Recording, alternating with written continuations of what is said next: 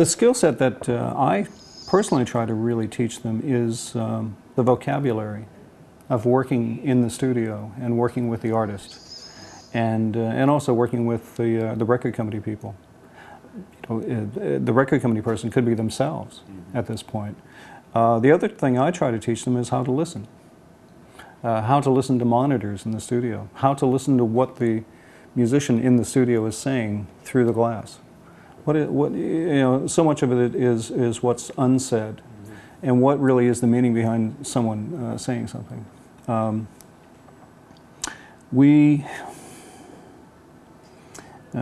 also do a very extensive set of training listening drills, and that really helps when you're listening to mixes that come back to you from a mastering house. You have your original master and you have the mastered version. What's been changed? Can you articulate that? Can you hear it? Is it an EQ difference? Is it a level difference? Is it a compression difference? Can you hear these various elements that have been applied to your mix? Do you like it? If you do, great. If you don't, how can you articulate what the problems might be and how you might be able to have an idea of how to improve it? It's been interesting over the last couple of years because we've had studio students come in that think they want to be engineers, and they have that training, but they're finding that they would prefer to be in the business side of things. And so they've already got that engineering skill set, but now they're actually stretching and turning into more of a business person. Now, ultimately, perhaps that person could even run their own company, or maybe they could even run their own recording studio. I think all of these students are going to be the people that are going to change the face of the music industry, because the old thing is, if it's not broke, if you don't fix it if it's not broke. But things are kind of broken, and we need people to fix it. So I feel that all of these programs are going to make a difference.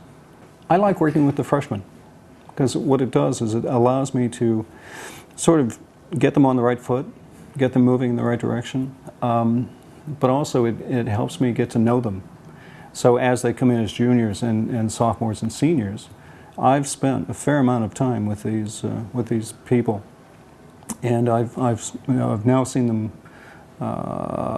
We're in our third year right now, and I've seen these students grow. It's sort of like, it is leaps and bounds. I've seen them kind of go from maybe like a kind of a shy 18-year-old to somebody who really feels secure and is really standing up and starting to really look around and know where they might be able to kind of fit their personality into the music industry. That must be gratifying.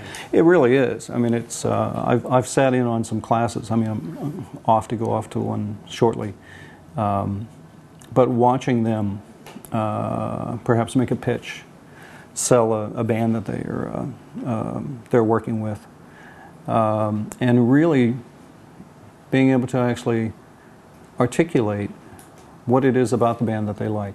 What are the real salient points of of this band that they've got? So I sat through a whole evening of pitches, and it was really quite remarkable to see these kids moving on.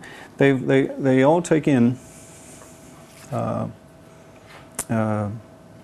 varying degrees of what they've learned over the classes, and then are really, out it comes. It's really quite something.